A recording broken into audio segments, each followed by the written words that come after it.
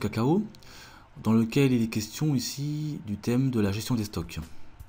Donc ici l'UC vend du cacao en tablette et on nous donne effectivement donc le stock initial, le stock final et le montant des achats mensuels. Et l'on souhaite calculer le stock moyen, le délai de rotation et le taux de rotation. Donc je vais partager l'écran en deux comme ça, histoire d'avoir les informations en haut et de pouvoir travailler ici comme ça en bas au niveau de la rubrique proposition de correction. Donc ici il nous demande d'abord le stock moyen. Alors on va utiliser la formule suivante. Donc on va mettre nous allons utiliser suivante.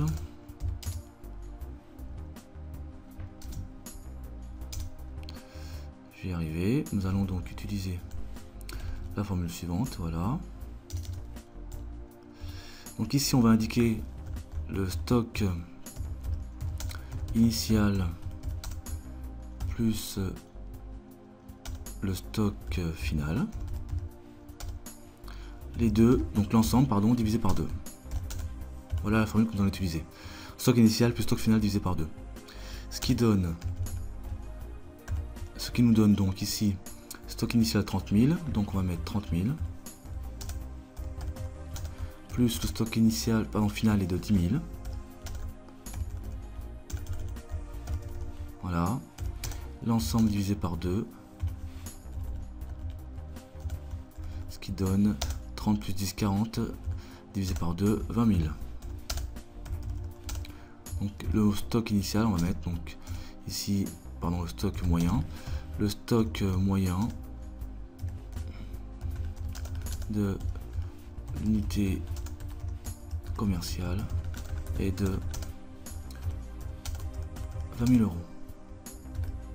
Donc voilà pour la première question. Ensuite on nous demande de calculer donc le délai de rotation.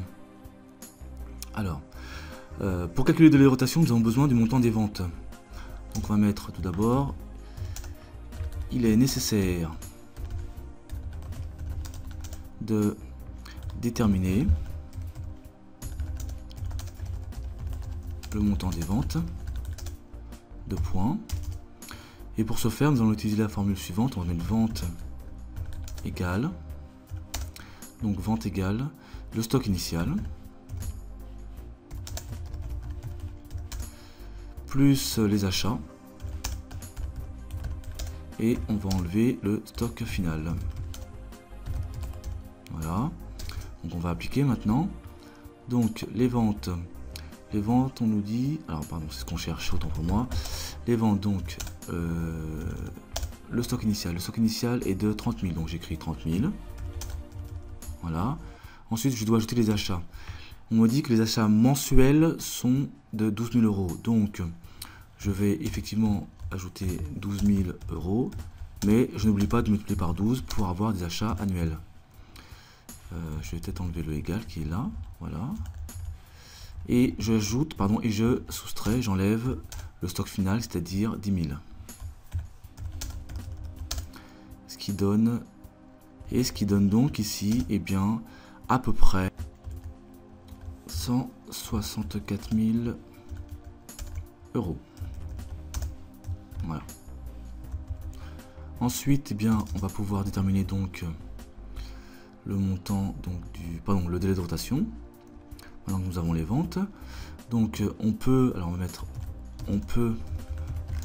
maintenant calculer le délai de rotation de la manière suivante. Voilà. Deux points à la ligne. Voilà. Donc ici on va inscrire la formule qui va être la suivante. Donc délai égale stock moyen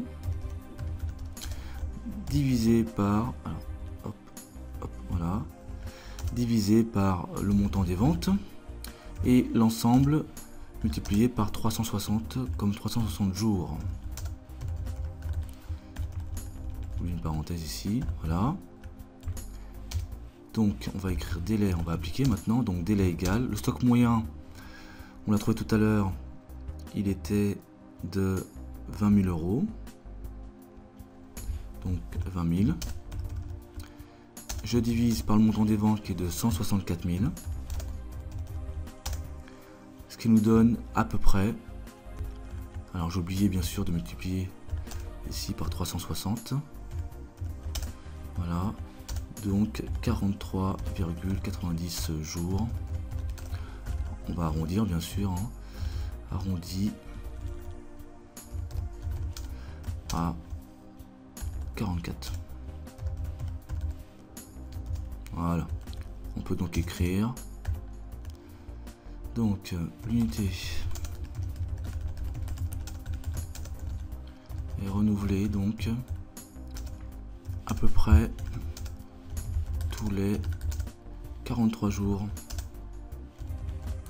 Voilà, donc comme on a arrondi, on va mettre 44. Voilà.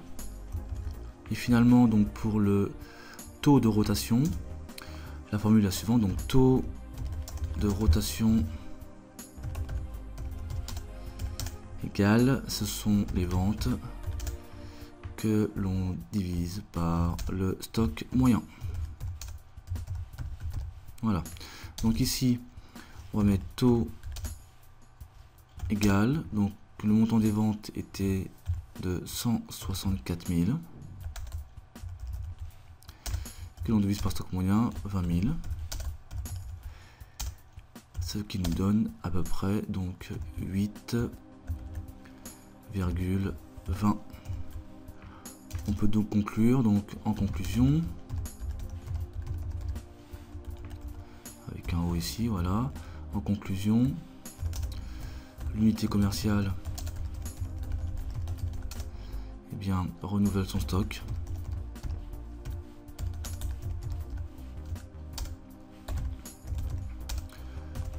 Eh bien, à peu près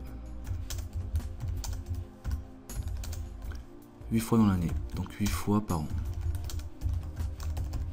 Voilà. Donc je vais enlever ici, je vais juste voir quelque chose. Voilà, bon bah c'est bien. Donc j'enlève ce trait là et je vous dis à très bientôt sur Exo Vidéo.